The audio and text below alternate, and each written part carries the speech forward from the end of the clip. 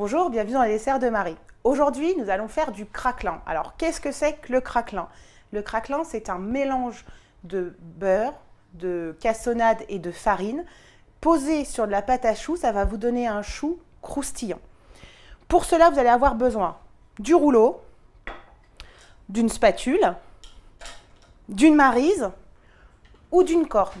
L'un ou l'autre, de toute façon, ça vous sert à racler votre préparation et à la poser dans un autre récipient ou sur une feuille de papier sulfu dont nous allons avoir besoin aujourd'hui. À la suite de ça, lorsqu'il faudra détailler le craquelin, on aura besoin d'un emporte-pièce rond. Voilà. Bon. Si vous n'avez pas d'emporte-pièce, un petit verre, n'importe quoi de rond qui vous permet en fait de détailler votre pâte. Ça, c'est pour nos ustensiles. Un four, bien sûr, pour les choux plus tard. Du beurre mou, très important. De la cassonade, dont on a parlé ultérieurement. Et de la farine.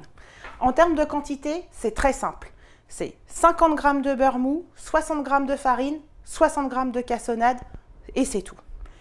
Donc, on commence. Dans un bol, j'ai mis mes 50 g de beurre mou. Avec la spatule, je rajoute mes 60 g de cassonade. Alors, je ne sais pas si vous allez bien voir. On va trouver un truc, voilà, comme ça. Ça, je le pousse pour l'instant, on n'en a pas besoin. Avec ma spatule, tout simplement, je mélange mon beurre et ma cassonade.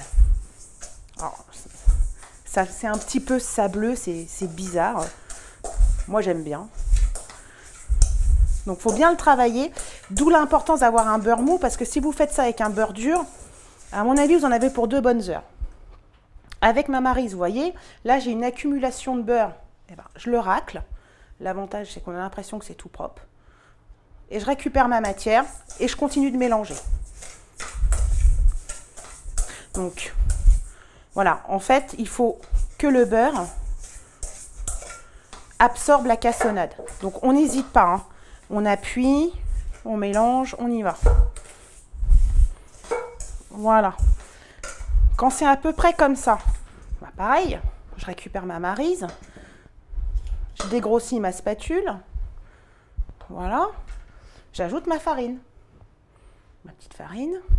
Donc regardez, alors attendez, parce que je ne suis pas encore très à l'aise avec les caméras, tout vous dire. Donc voilà, on a cette masse comme ça, voilà, hop. Je rajoute ma farine.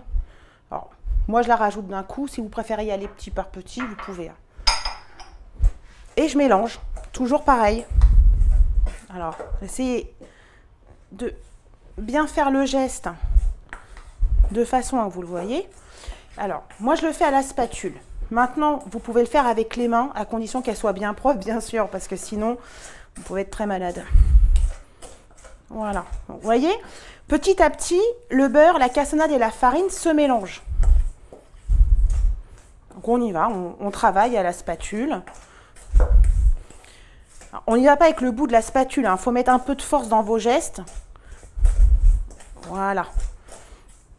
Donc quand ça commence à devenir un petit peu sableux comme ça, moi je vous propose d'utiliser le premier de vos outils, le seul qui vous est vraiment indispensable, les mains. Et on y va. Alors, voilà. Et on essaie de faire une belle boule. Et c'est assez rapide. Alors, si vous ne voulez pas le faire dans un bol, vous pouvez le faire sur le plan de travail, toujours à condition qu'il soit extrêmement propre. Et voilà. Donc là, on a une belle boule. Donc, mes éléments sont bien mélangés. Voilà. Alors, ma petite caméra, là voilà, je sais pas, on le voit bien? Ouais, ça va? Hop. À la suite de ça, je prends mon papier sulfurisé avec ma maryse, je mets ma boule, tout simplement. Ensuite, je mets à peu près, hein, vous voyez, sur le premier quart de ma feuille en fait, hein. Je la plie en deux, tout simplement. Alors là, j'en ai un petit peu plein les doigts. Mais ça va aller. Voilà. Je prends mon rouleau et j'étale. Alors, il ne s'agit pas de faire quelque chose d'impeccablement carré ou rectangulaire. Là, on l'étale juste sur une épaisseur de 2-3 mm. C'est tout. Donc, une fois étalé, ça vous donne quelque chose comme ça. Alors, vous voyez, c'est pas très régulier, hein.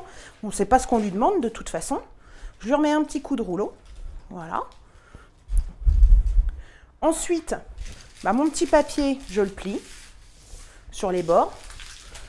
Ça, c'est plus pour une facilité de prise en main, en fait. Mon craquelin est fait.